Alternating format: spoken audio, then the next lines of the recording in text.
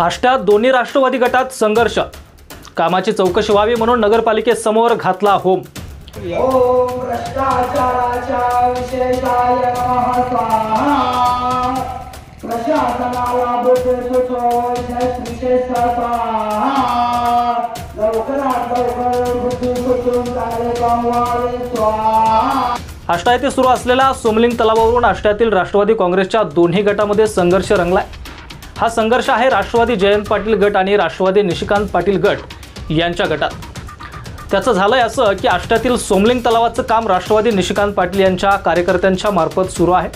हे काम जवळपास 5,38 लाखाचं असून या ठिकाणी माती काढून विकल्याचा व कर्ज काढून काम सुरू असून यामध्ये भ्रष्टाचार झाल्याचा आरोप राष्ट्रवादी काँग्रेस पक्ष जयंत पाटील गटाच्या पदाधिकाऱ्यांनी केलाय।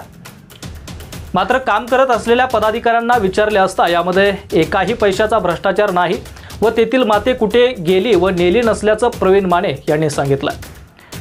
मात्र तरीसुद्धा गेल्या 2 ते 3 दिवसांपासून राष्ट्रवादी काँग्रेस जयंत पाटील गटाच्या वतीनं नगरपालिकेसमोर कामाची चौकशी व्हावी म्हणून आंदोलन सुरू आहे। राष्ट्रवादीच्या पदाधिकाऱ्यांनी नगरपालिकेसमोर चक्क होम घालून सगळ्यांचं लक्ष वेधलंय। एवढेच नव्हे तर राष्ट्रवादी काँग्रेस अजितदादा पवार गटाचे जिल्हाध्यक्ष निशिकांत पाटील यांनी स्वतः आष्ट्यामध्ये आमदार फंडातून झालेल्या सर्व कामांची चौकशी करण्यात यावी असं निवेदन जिल्हाधिकारी यांना दिलंय। त्यामुळे आष्टा शहरातील हा वाद मिटणार की आणखी चिघळणार याकडे संपूर्ण जनतेचं लक्ष आहे।